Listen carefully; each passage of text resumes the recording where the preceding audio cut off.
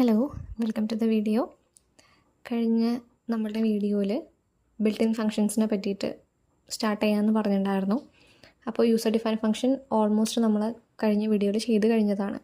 അപ്പോൾ നെക്സ്റ്റാണ് built in functions. അപ്പോൾ നമുക്ക് PHPയിൽ പഠിക്കാനുള്ള ബിൽറ്റ് ഇൻ ഫങ്ഷൻസ് ആണ്. ഒന്ന് ഡേറ്റ് ഫങ്ഷനും രണ്ട് സ്ട്രിങ് ഫങ്ഷനും. രണ്ട് ടൈപ്പ് ഫങ്ഷൻസാണ് ബിൽറ്റ് ഇൻ ഫങ്ഷൻസിൽ നമുക്ക് PHPയിൽ പഠിക്കാനുള്ള. അപ്പോൾ ഡേറ്റ് ഫങ്ഷൻ എന്താ നോക്കാം. ഡേറ്റ് ഫങ്ഷൻ പേര് പോലെ തന്നെ ഡേറ്റ് ഫോർമാറ്റിനെ യൂസ് ചെയ്യാൻ വേണ്ടിയിട്ടാണ്. ഇപ്പോൾ നമുക്ക് ഡേറ്റും ടൈം ഇതിലൊക്കെ വാല്യൂസ് ഉണ്ടല്ലോ, അപ്പോൾ അതിനൊക്കെ ട്രീറ്റ് ചെയ്യാൻ വേണ്ടിയിട്ടാണ് ഡേറ്റ് ഫങ്ഷൻ നമ്മൾ യൂസ് ചെയ്യാം. അപ്പോൾ എന്തിനാണെന്ന് നമുക്ക് നോക്കാം. The PHP date function is used to format a date and or a time. അല്ലേ, ഡേറ്റ് അല്ലെങ്കിൽ ടൈമിനെ ഫോർമാറ്റ് ചെയ്യാൻ വേണ്ടിയിട്ടാണ് ഡേറ്റ് എന്ന് പറയുന്ന ഫങ്ഷൻ നമ്മൾ യൂസ് ചെയ്യുന്നത്. എങ്ങനെയാണ് സിൻടാക്സ്? ഇപ്പോൾ ഡേറ്റ് എന്ന് പറയുന്ന ഫങ്ഷൻ നമ്മൾ യൂസ് ചെയ്യുകയാണെങ്കിൽ എങ്ങനെയാണ് യൂസ് ചെയ്യേണ്ടത്? ഡേറ്റ് ബ്രാക്കറ്റിൻ്റെ ഉള്ളിൽ എങ്ങനെയാണ് നമുക്ക് ഫോർമാറ്റ് വേണ്ടത് ആ ഫോർമാറ്റ് കൊടുക്കുക, കോമ ടൈം സ്റ്റാമ്പ്. ഇങ്ങനെയായിരിക്കണം ഡേറ്റ് ഫങ്ഷൻ നമ്മൾ യൂസ് ചെയ്യേണ്ടത്.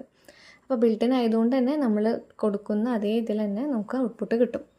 ഓൾറെഡി അതിൻ്റെ ഫങ്ഷണാലിറ്റീസൊക്കെ എഴുതി വെച്ചിട്ടുള്ളതുകൊണ്ട്. അപ്പം ഇവിടെ ഡേറ്റ് എന്ന് പറയുന്ന ഫംഗ്ഷൻ ഡേറ്റ് ഫോർമാറ്റിനെ ഡിസ്പ്ലേ ചെയ്യാനായിട്ട് യൂസ് ചെയ്യുന്നു. അതിൻ്റെ ഉള്ളിൽ രണ്ട് പാരാമീറ്റേഴ്സാണ് നമുക്ക് യൂസ് ചെയ്യാവുന്നത്. ഒന്ന് ഫോർമാറ്റും രണ്ട് ടൈം സ്റ്റാമ്പും. ഫോർമാറ്റ് എന്ന് പറയുന്ന പാരാമീറ്റർ യൂസ് ചെയ്യുന്നത് ഏത് ഫോർമാറ്റിലാണ് ഡേറ്റിനെ ഡിസ്പ്ലേ ചെയ്യേണ്ടത്. ഇയർ മന്ത് ഡേ ആണോ, ഡേ മന്ത് ഇയർ ആണോ, ഇങ്ങനെയാണോ ഒക്കെ ഡിസ്പ്ലേ ചെയ്യേണ്ടതെന്ന് പറയാനായിട്ടാണ് ഫോർമാറ്റ് എന്ന് പറയുന്ന പാരാമീറ്റർ ഉള്ളത്. ടൈം സ്റ്റാമ്പ് എന്ന് പറയുന്ന പാരാമീറ്റർ ഓപ്ഷണലാണ്, നമുക്ക് വേണമെങ്കിൽ വെച്ചാൽ മതി. ഇൻ കേസ് നമ്മൾ വയ്ക്കുകയാണെങ്കിൽ കറൻറ്റ് ഡേറ്റ് ടൈമിൻ്റെ ആ വാല്യൂ ആയിരിക്കും നമുക്ക് റിട്രീവ് ചെയ്ത് വരുന്നത്. ഇനി ഇവിടെ പറയുന്നത് നമുക്ക് ഫോർമാറ്റായിട്ട് യൂസ് ചെയ്യാവുന്നത് എന്തൊക്കെ യൂസ് ചെയ്തിട്ടാണ് നമുക്ക് ഫോർമാറ്റ് എഴുതാൻ പറ്റുകയെന്ന്. ഇവിടെ പറയുന്നത് ഡി ആണെങ്കിൽ ഡേ ഓഫ് ദ മന്ത് ആയിരിക്കും. 1, 2, 3, 4, 5 അങ്ങനെ 31 വരെ ആണെങ്കിൽ ഏത് ഡേ ആണ് വരേണ്ടതെന്ന് പറയാനാണ്. എം പറയുന്നത് മന്ത്. 1 ആണെങ്കിൽ ജാനുവരി, 2 ആണെങ്കിൽ ഫെബ്രുവരി, അങ്ങനെ പറയാം. ഇനി വൈ ആണെങ്കിൽ ഇയർ ആയിരിക്കും വരിക. 2026, 2025 എന്നൊക്കെ പറയുന്ന ഇയർ വരും. ഇനി വരുന്ന ഒരു ഇതാണ് എൽ, സ്മോൾ ലെറ്റർ എൽ. അത് ഡേ ഓഫ് ദ വീക്ക്. ഇപ്പോൾ എൽ നമ്മൾ ആ ഫോർമാറ്റിൽ യൂസ് ചെയ്യുകയാണെങ്കിൽ ഇന്നത്തെ ഡേ ഏതാണോ അത് വരും. അതായത് ഡേ ഓഫ് ദി വീക്ക് കേട്ടോ. അതായത് ഇപ്പോൾ മൺഡേ ആണെങ്കിൽ മൺഡേ, ട്യൂസ്ഡേ ആണെങ്കിൽ ട്യൂസ്ഡേ, അതായിരിക്കും വരിക. അപ്പോൾ ഇവിടെ ഒരു എക്സാമ്പിൾ പ്രോഗ്രാം തന്നിട്ടുണ്ട്. Example for date function. ഇതിൽ HTML ആണ് കോഡ് ചെയ്തിട്ടുള്ളത്. HTML body PHP tag open ചെയ്തു. അതിൽ എക്കോയിൽ പ്രിൻ്റ് ചെയ്തിരിക്കുകയാണ് ഡേറ്റിന്. ഫസ്റ്റത്തെ എക്കോയിൽ ടുഡേ ഈസ് എന്ന് പറഞ്ഞിട്ട് ഡേറ്റ് ഫംഗ്ഷൻ വിളിച്ചിട്ടുണ്ട്. അതിൽ y.m.d എന്നുള്ള ഫോർമാറ്റ് യൂസ് ചെയ്തിട്ടുണ്ട്. അപ്പോൾ നമുക്ക് ഫസ്റ്റത്തെ എക്കോ ഔട്ട്പുട്ടിൽ കാണാം. ടുഡേ ഈസ് 2015.3, അതായത് മാർച്ച് .23 ആ ഫോർമാറ്റിൽ വന്നു. ഇനി നെക്സ്റ്റ് എക്കോയിൽ എന്താ പ്രിൻ്റ് ചെയ്തിട്ടുള്ളത്? എക്കോ ടുഡേ ഈസ് എന്ന് പറഞ്ഞിട്ട് ഡേറ്റ് ഫംഗ്ഷൻ യൂസ് ചെയ്തു. ഫോർമാറ്റ് എന്താ കൊടുത്തിട്ടുള്ളത്? y-m-d ഈ ഫോർമാറ്റാണ്. അപ്പോൾ നമുക്ക് ഇയർ, മന്ത്, ഡേ അങ്ങനെ വന്നു. ഇനി നെക്സ്റ്റ് എക്കോയിൽ വന്നിട്ടുള്ളത് ടുഡേ ഈസ് എന്ന് പറഞ്ഞിട്ട് ഡേറ്റ് ഫംഗ്ഷനെ വിളിച്ചതിൽ DMY എന്ന് പറയുന്ന ഫോർമാറ്റ് അല്ല കൊടുത്തിട്ടുള്ളത്, എല്ലാണ് കൊടുത്തിട്ടുള്ളത്.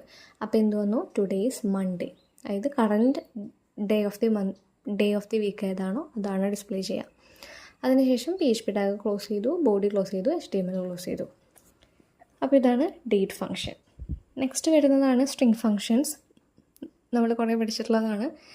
സ്ട്രിങ്സിനെ മാനിപ്പുലേറ്റ് ചെയ്യുക അല്ലെങ്കിൽ സ്ട്രിങ്സ് വെച്ചിട്ട് നമുക്ക് എന്തെങ്കിലുമൊക്കെ ഓപ്പറേഷൻസ് ചെയ്യാനായിട്ടാണ് സ്ട്രിങ് ഫങ്ഷൻസ് നമ്മൾ യൂസ് ചെയ്യാറ്. PHPയിലുള്ള സ്ട്രിങ് ഫങ്ഷൻസ് എന്ന് പറയുന്നത് ഒന്ന് CHRഉം അതുപോലെ strlen, strpos, strcmp ഇത്രയും ഫങ്ഷൻസാണ് PHPയിൽ നമ്മൾ സ്ട്രിങ് ഫങ്ഷൻസായിട്ട് യൂസ് ചെയ്യണത്. ഓരോന്ന് എന്താണെന്ന് നോക്കാം. ഫസ്റ്റത്തെ സ്ട്രിങ് ഫങ്ഷനാണ് CHR എന്ന് പറയുന്നത്. CHR എന്ന് എഴുതിയിട്ട് ഉള്ളിലൊരു ആസ്കി വാല്യൂ കൊടുക്കുക. ആസ്കി വാല്യൂ ആണ് കൊടുക്കേണ്ടത്. CHR എന്ന് എഴുതിയിട്ട് ബ്രാക്കറ്റിൻ്റെ ഉള്ളിൽ ആസ്കി വാല്യൂ കൊടുക്കുമ്പോൾ ആ ആസ്കി വാല്യൂവിൻ്റെ കറസ്പോണ്ടിങ് ക്യാരക്ടർ നമുക്ക് വരും. ഇപ്പോൾ ആസ്കി വാല്യൂ എന്താണെന്നൊക്കെ നമ്മൾ പഠിച്ചിട്ടുള്ളതല്ലേ +1. അതായത് നമുക്കറിയാം ക്യാപിറ്റൽ എക്ക് ഒരു ആസ്കി വാല്യൂ ഉണ്ട് 65, അതുപോലെ സ്മോൾ ലെറ്റർ എക്ക് ഒരു നമ്പർ ഉണ്ട്, അതുപോലെ കുത്ത്, കോമ, കോളൻ, കീബോർഡിൽ എന്തൊക്കെ ക്യാരക്ടേഴ്സ് ഉണ്ടോ അതിനൊക്കെ ആസ്കി വാല്യൂസ് ഉണ്ട് അല്ലേ. അപ്പോൾ ആസ്കി കൊടുത്ത് ഏതാണ് ക്യാരക്ടർ എന്ന് റിട്രീവ് ചെയ്യാനാണ് CHR എന്ന് പറയുന്ന ഫംഗ്ഷൻ യൂസ് ചെയ്യുന്നത്. ഇവിടെ ഡെഫിനിഷൻ എഴുതിയിട്ടുണ്ട്. The CHR function returns A character from the specified ASCII value. എഴുതേണ്ട സിൻടാക്സും കൊടുത്തിട്ടുണ്ട്. CHR എന്ന് എഴുതിയിട്ട് അതിൻ്റെ ഉള്ളിൽ ആസ്കിയാണ് കൊടുക്കേണ്ടത്. നെക്സ്റ്റ് ഫംഗ്ഷനാണ് strlen. പേര് കേൾക്കുമ്പോൾ തന്നെ അറിയാം നമുക്ക് ലെങ്ത്ത് കണ്ടുപിടിക്കാനാണ്. strlen എന്ന് എഴുതിയിട്ട് അതിൻ്റെ ഉള്ളിൽ ഏത് സ്ട്രിങ് കൊടുക്കുന്നോ അതിൻ്റെ ലെങ്ത്ത് നമുക്ക് തരും. അത് ലെങ്ത്ത് എന്ന് പറയുന്നത് എന്താ, ടോട്ടൽ അതിൽ എത്ര ക്യാരക്ടേഴ്സ് ഉണ്ട് അതിൻ്റെ എണ്ണം. ഇനി നെക്സ്റ്റ് സ്ട്രിങ് ഫംഗ്ഷനാണ് strpos. പേരിൽ തന്നെ ഐഡൻറ്റിഫൈ ചെയ്യാൻ പറ്റും, പൊസിഷൻ കണ്ടുപിടിക്കാനാണ്. അതായത് strpos എന്ന് എഴുതിയിട്ട് നമ്മൾ അതിൻ്റെ ഉള്ളിൽ 3 ആർഗ്യുമെൻറ്റ്സാണ് കൊടുക്കുക. അതായത് അതിൻ്റെ ഉള്ളിൽ നമ്മൾ കൊടുക്കുന്ന സ്ട്രിങ് അതായത് ഒരു സ്ട്രിങ് ഉണ്ടാവും. ആ സ്ട്രിങ്ങിൻ്റെ ഉള്ളിൽ വേറൊരു സ്ട്രിങ്സ് എന്തെങ്കിലും ഉണ്ടാവും. അതിൻ്റെ പൊസിഷൻ കണ്ടുപിടിക്കാൻ, ഒരു സ്ട്രിങ്ങിൻ്റെ ഉള്ളിലുള്ള സ്ട്രിങ്ങിൻ്റെ പൊസിഷൻ കണ്ടുപിടിക്കാനാണ് strpos എന്ന് പറയുന്ന ഫംഗ്ഷൻ യൂസ് ചെയ്യുന്നത്. അത് കണ്ടുപിടിക്കുമ്പോൾ ഫസ്റ്റത്തെ ഒക്കറൻസ് ആയിരിക്കും. അതായത് ഇപ്പോൾ ഒരു സ്ട്രിങ് കൊടുത്തു, അതിൻ്റെ ഉള്ളിൽ വേറൊരു സ്ട്രിങ്ങിൻ്റെ പൊസിഷൻ കണ്ടുപിടിക്കാനാണെന്ന് വയ്ക്കാം. കണ്ടുപിടിക്കേണ്ട സ്ട്രിങ് ഒന്നിൽ കൂടുതലുണ്ട് ആ ഒരു സ്ട്രിങ്ങിൽ. അപ്പോൾ ഫസ്റ്റത്തെ ഒക്കറൻസ്, അത് ഫസ്റ്റത്തെ ആ സ്ട്രിങ് വരുന്ന ആ പൊസിഷനായിരിക്കും നമുക്ക് കിട്ടുക. ഇവിടെ എഴുതിയിട്ടുണ്ട് strpos function finds the position of the first occurrence of A string inside another string. ഒരു സ്ട്രിങ്ങിൻ്റെ ഉള്ളിലിരിക്കുന്ന വേറൊരു സ്ട്രിങ്. ഇപ്പോൾ PHP is A high level programming language എന്നൊക്കെ പറഞ്ഞിട്ട് വലിയൊരു സെൻറ്റൻസ് ആണ് വയ്ക്കുക. പിന്നെ വീണ്ടും PHP is most commonly used എന്നൊക്കെ പറഞ്ഞിട്ട് കുറേ ഉണ്ടെന്ന് വയ്ക്കുക. അപ്പോൾ PHP എന്ന് പറയുന്ന സ്ട്രിങ് ആണ് എനിക്ക് ഫൈൻഡ് ചെയ്യേണ്ടത് ഇത്രയും വലിയ സെൻറ്റൻസിന്. അപ്പോൾ PHP തന്നെ കുറേ 3-4 വട്ടം ആവർത്തിച്ച് വരുന്നുണ്ടെന്ന് വയ്ക്കുക. അപ്പോൾ ഫസ്റ്റ് എവിടെയാണോ PHP ഉള്ളത് ആ പൊസിഷനായിരിക്കും എനിക്ക് കിട്ടുക. അങ്ങനെയാണ്. അപ്പം ഇവിടെ നമ്മൾ ഇത് നോക്കി, ഡെഫിനിഷൻ നോക്കി. The strpos function finds the position of the first occurrence of A string inside another string. ഒരു സ്ട്രിങ്ങിൻ്റെ ഉള്ളിലിരിക്കുന്ന മറ്റൊരു സ്ട്രിങ്ങിൻ്റെ ഫസ്റ്റ് ഒക്കറൻസ്, ആ ഒരു പൊസിഷൻ ഫൈൻഡ് ചെയ്യാൻ വേണ്ടിയിട്ടാണ് strpos യൂസ് ചെയ്യുന്നത്. എങ്ങനെയാണ് എഴുതുക, എങ്ങനെയാണ് സിൻടാക്സ്? strpos എഴുതുക, അതിൻ്റെ ബ്രാക്കറ്റിൻ്റെ ഉള്ളിൽ ഫസ്റ്റ് ആ വലിയ സ്ട്രിങ് എഴുതുക, സെക്കൻഡ് എന്താണോ ഫൈൻഡ് ചെയ്യേണ്ട സ്ട്രിങ് അത് എഴുതുക, മൂന്നാമത്തത് സ്റ്റാർട്ട്, അതായത് എവിടെ മുതൽ തുടങ്ങണം. അത് ഓപ്ഷണലാണ്, നമുക്ക് വെക്കണമെങ്കിൽ വെക്കാം, അത്രേ ഉള്ളൂ. ഇനി നെക്സ്റ്റാണ് strcmp. നമ്മൾ പണ്ട് പഠിച്ചിട്ടുണ്ട്, കമ്പാരിസന് വേണ്ടിയിട്ടാണ്. strcmp ഫംഗ്ഷൻ കമ്പയർസ് 2 സ്ട്രിങ്സ്, 2 സ്ട്രിങ്ങുകളെ കമ്പയർ ചെയ്യും. അപ്പോൾ സിൻടാക്സ് എങ്ങനെയാണ് വരിക? strcmpയുടെ ഉള്ളിൽ string 1, string 2. ആ 2 സ്ട്രിങ്ങുകൾ കൊടുത്തു കഴിഞ്ഞാൽ അത് സെയിം ആണോ, സെയിം അല്ലേ, ഈക്വൽ ആണോ, ഈക്വൽ അല്ലേ, അങ്ങനെയുള്ള കാര്യങ്ങളൊക്കെ നമുക്ക് വരും. അതാണ്. അപ്പോൾ അതിൻ്റെ എക്സാമ്പിൾ പ്രോഗ്രാം തന്നിട്ടുണ്ട്. HTML Word PHP tag open ചെയ്തു. എക്കോയിൽ ASCII 46 ഈസ് എന്ന് പറഞ്ഞിട്ട് പ്രിൻ്റ് ചെയ്യാണ്. CHRൻ്റെ ഉള്ളിൽ 46 കൊടുത്തു. അപ്പോൾ എന്താ ഔട്ട്പുട്ടിൽ വന്നിട്ടുള്ളത്? ASCII 46 is ampersand. ഈ ആംപ്രസൻറ്റ് എന്ന് പറയുന്ന ചിഹ്നത്തിൻ്റെ ASCII വാല്യൂ ആണ് 46. ഇനി നെക്സ്റ്റ് എക്കോയിൽ പ്രിൻ്റ് ചെയ്തിട്ടുള്ളത് ലെങ്ത് ഈസ് എന്ന് പറഞ്ഞിട്ട് ലെങ്ത്തിനെ കണ്ടുപിടിക്കുകയാണ്. strlen of apple. അപ്പോൾ നമുക്ക് ഔട്ട്പുട്ടിൽ വന്നു ലെങ്ത് ഈസ് 5. ഇനി നെക്സ്റ്റ് എക്കോയിൽ വന്നിരിക്കുകയാണ് echo A is at strpos of apple, A. അതായത് ആപ്പിൾ എന്ന് പറയുന്ന സ്ട്രിങ്ങിൽ എനെ ഫൈൻഡ് ചെയ്യണം. അപ്പോൾ എന്ത് വന്നു? അതിൻ്റെ ഔട്ട്പുട്ടിൽ A ഈസ് അറ്റ് 0. ആപ്പിൾ എന്ന് പറയുന്ന സ്ട്രിങ്ങിൽ എനെ ഫൈൻഡ് ചെയ്യണമെങ്കിൽ എ എവിടെ ഇരിക്കണം? ഏറ്റവും തുടക്കത്തിൽ. അപ്പോൾ ആ പൊസിഷൻ ഏതാ? 0 അല്ലേ? അപ്പോൾ 0 എന്ന് വന്നു. ഇനി കമ്പാരിസൻ്റെയാണ്. If strcmp of he, she. ഹീയും ഷീയും കമ്പയർ ചെയ്യണം. അതായത് സെയിം ആണോ അല്ലയോ എന്നുള്ളത്. അപ്പോൾ സെയിം ആണെങ്കിൽ എക്കോയിലുള്ള he and she is not same വരും. അല്ലെങ്കിൽ എക്കോയിൽ he and she is same എന്ന് വരും. അപ്പോൾ ഹീയും ഷീയും അവിടെ കമ്പയർ ചെയ്യുമ്പോൾ രണ്ടും ഈക്വൽ അല്ല എന്ന് കണ്ടു. അപ്പോൾ എന്താ? എക്കോയിൽ he and she is not same. അത് ഔട്ട്പുട്ടിൽ വന്നു. അപ്പോൾ ഇങ്ങനെയാണ് സ്ട്രിങ് ഫങ്ഷൻസിനെ നമ്മൾ ട്രീറ്റ് ചെയ്യണത്. നെക്സ്റ്റ് നമ്മളുടെ ടോപ്പിക്കാണ് 3 ടയർ ആർക്കിടെക്ചർ ഇൻ PHPയിലെ 3 ടയർ ആർക്കിടെക്ചർ. നമുക്ക് നോക്കാം എന്താണ് ഇവിടെ പറയുന്നത്. 3 ടയർ ആർക്കിടെക്ചർ എന്ന് പറയുന്നത് ഒരു ക്ലയൻറ്റ് സെർവർ ആർക്കിടെക്ചറിൻ്റെ ഫങ്ഷണാലിറ്റീസിനെയാണ് നമ്മൾ ഈ 3 ടയർ ആർക്കിടെക്ചർ എന്ന് പറയുന്നത്.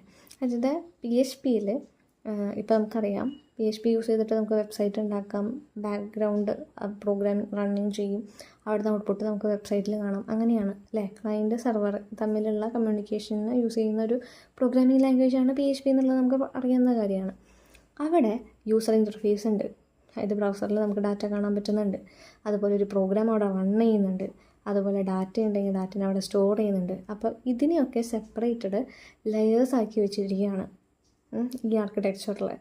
അപ്പോൾ ഈ ലെയേഴ്സിനെയാണ് നമ്മൾ ഈ ടയേഴ്സ് എന്ന് പറയുന്നത്.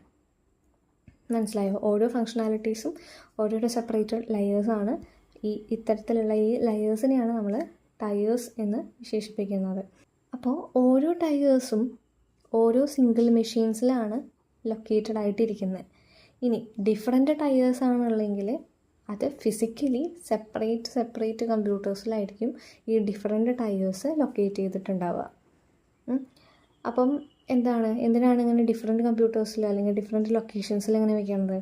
ഇപ്പോൾ ഒരു ലെയർ നമുക്ക് മോഡിഫൈ ചെയ്യണമെന്നുണ്ടെങ്കിൽ മറ്റൊരു ലെയറിനെ നമുക്ക് ടച്ച് ചെയ്യേണ്ട കാര്യമില്ല, അല്ലെങ്കിൽ അതിനെ എഫക്റ്റ് ചെയ്യേണ്ട കാര്യമില്ല. അതാണ് ഇതിൻ്റെ ഒരു അഡ്വാൻറ്റേജ് എന്ന് പറയുന്നത്. അപ്പോൾ ഇവിടെ ഫിഗർ 10.3 ഈ ഒരു 3 ടയർ എങ്ങനെയാണെന്നുള്ളത് കാണിച്ചു തന്നിട്ടുണ്ട്. നമ്മൾ ഈ ഒരു പിക്ചർ കാണുമ്പോൾ നമുക്ക് എന്താ ഓർമ്മ വരുന്നത്? ക്ലയൻറ്റ് സെർവർ കമ്മ്യൂണിക്കേഷനൊക്കെ പഠിച്ചത് ഓർമ്മ വരുന്നില്ലേ? സെയിം അതേ ആർക്കിടെക്ചർ തന്നെയാണ് 3 ടയർ ആർക്കിടെക്ചർ ഇൻ PHP. ഇവിടെ ഫസ്റ്റ് ടയറിൽ ബ്രൗസർ അല്ലെങ്കിൽ ക്ലയൻ്റാണ് വരുന്നത്. ആളെന്താ ചെയ്യുക? അത് ഒരു റിക്വസ്റ്റ് അയക്കും അല്ലേ, എന്തെങ്കിലും ഒരു PHP കോഡ് റൺ ചെയ്യാനുള്ള റിക്വസ്റ്റ് അയക്കും. രണ്ടാമത്തെ ടയറിൽ വരുന്നത് വെബ് സെർവറാണ്. വെബ് സെർവർ എന്ത് ചെയ്യും? സെർവർ ഈ ഫയലിനെ അക്സെപ്റ്റ് ചെയ്യും, അതിനെ റൺ ചെയ്യുമ്പോൾ എന്തെങ്കിലും ഡാറ്റാസൊക്കെ നമുക്ക് വേണ്ടി വരും. അപ്പോൾ ഈ വെബ് സെർവർ എന്ത് ചെയ്യും? ഡാറ്റാബേസായിട്ട് കണക്ട് ചെയ്യും. അപ്പോൾ അത് 3 ടയറിലാണ് അല്ലേ ഡാറ്റാബേസ്. അവിടെ നിന്ന് ഡാറ്റേനെ എടുക്കും, ഡാറ്റേനെ സ്റ്റോർ ചെയ്യും, ഡാറ്റേനെ മോഡിഫൈ ചെയ്യും, ഇങ്ങനെയുള്ള കാര്യങ്ങളൊക്കെ ചെയ്ത് ഈ വെബ് സെർവറിലേക്ക് വന്ന് അതിൻ്റെ ഔട്ട്പുട്ടിനെ എന്ത് ചെയ്യുന്നു? വീണ്ടും ടയർ 1 അതായത് ബ്രൗസറിലേക്ക് സെൻഡ് ചെയ്യും. ഇതാണ് ഈ ഒരു ആർക്കിടെക്ചറിൽ നടക്കുന്ന കാര്യം.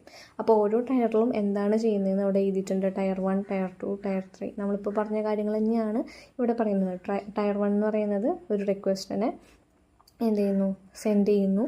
അതുപോലെ തന്നെ കിട്ടുന്ന ഔട്ട്പുട്ടായിട്ട് കിട്ടുന്ന റിസൾട്ടിനെ HTML കോഡിൽ നമുക്ക് ജാവാസ്ക്രിപ്റ്റോ എന്താണ് എംബഡ് ചെയ്തിട്ടുള്ളത് എന്നുണ്ടെങ്കിൽ ആ ഒരു രീതിയിൽ നമുക്ക് ഡിസ്പ്ലേ ചെയ്ത് കാണിച്ചു തരുന്നു. ഇനി ടയർ 2-ലാണെങ്കിലോ അതൊരു മിഡിൽ വെയറായിട്ടാണ് അവിടെ നിൽക്കുന്നത് അല്ലേ, അതായത് ക്ലയൻറ്റിൻ്റെയും ഡാറ്റാബേസിൻ്റെയും ഇടയിൽ. അപ്പോൾ ഈ സെർവർ എന്ത് ചെയ്യുന്നു? ഈ ബ്രൗസർ അയക്കുന്ന റിക്വസ്റ്റിനെ റൺ ചെയ്ത് ഔട്ട്പുട്ട് എന്താണോ അതിനെന്ത് ചെയ്യുന്നു? ടയർ 1-ലേക്ക് തന്നെ കൊടുക്കുന്നു. മാത്രമല്ല എന്തെങ്കിലും ഡാറ്റാസായിട്ട് ഇൻട്രാക്ട് ചെയ്യണമെങ്കിൽ ഡാറ്റാബേസുമായിട്ട് ഇൻട്രാക്ഷൻ അവിടെ നടത്തുന്നു. ഇനി ടയർ 3 ആണെങ്കിലോ അവിടെ ഡാറ്റ സ്റ്റോറേജാണ് അല്ലേ, അവിടെ ഡാറ്റേനെ സ്റ്റോർ ചെയ്ത് വെച്ചിരിക്കുകയാണ്. അപ്പോൾ ആ ഡാറ്റ സ്റ്റോർ ചെയ്തിട്ടുള്ള ആ സ്ഥലത്ത് DBMS ഉണ്ട്, അതായത് നമ്മുടെ സോഫ്റ്റ്വെയർ മാനേജ്മെൻറ്റ് സിസ്റ്റം ഉണ്ട്. അവിടെ ഒന്നല്ലെങ്കിൽ MySQL ആവാം, അല്ലെങ്കിൽ ഏതെങ്കിലും വേറെ ഡാറ്റാബേസ് ആവാം. ഇയാൾ എന്ത് ചെയ്യുന്നു? നമുക്ക് വേണ്ടുന്നുള്ള ഡാറ്റേനെ സ്റ്റോർ ചെയ്യുന്നു, അതുപോലെ തന്നെ മാനിപ്പുലേറ്റ് ചെയ്യുന്നു, അല്ലെങ്കിൽ റിട്രീവ് ചെയ്ത് കൊടുക്കുന്നു. ഇത്രയും കാര്യങ്ങളാണ് ഈ 3 ടയറിൽ ചെയ്യുന്നത്. അപ്പം ഇത്രയാണ് നമ്മുടെ 3 ടയർ. സിമ്പിളാണ്. നമ്മുടെ ക്ലയൻറ്റ് സെർവർ ആ ഒരു ഫങ്ഷണാലിറ്റി തന്നെയാണ് ഈ 3 ടയറിലും പറയുന്നത്. ഇനി നെക്സ്റ്റ് ടോപ്പിക്ക് നമുക്ക് നെക്സ്റ്റ് വീഡിയോയിലായിട്ട് ഡിസ്കസ് ചെയ്യാം.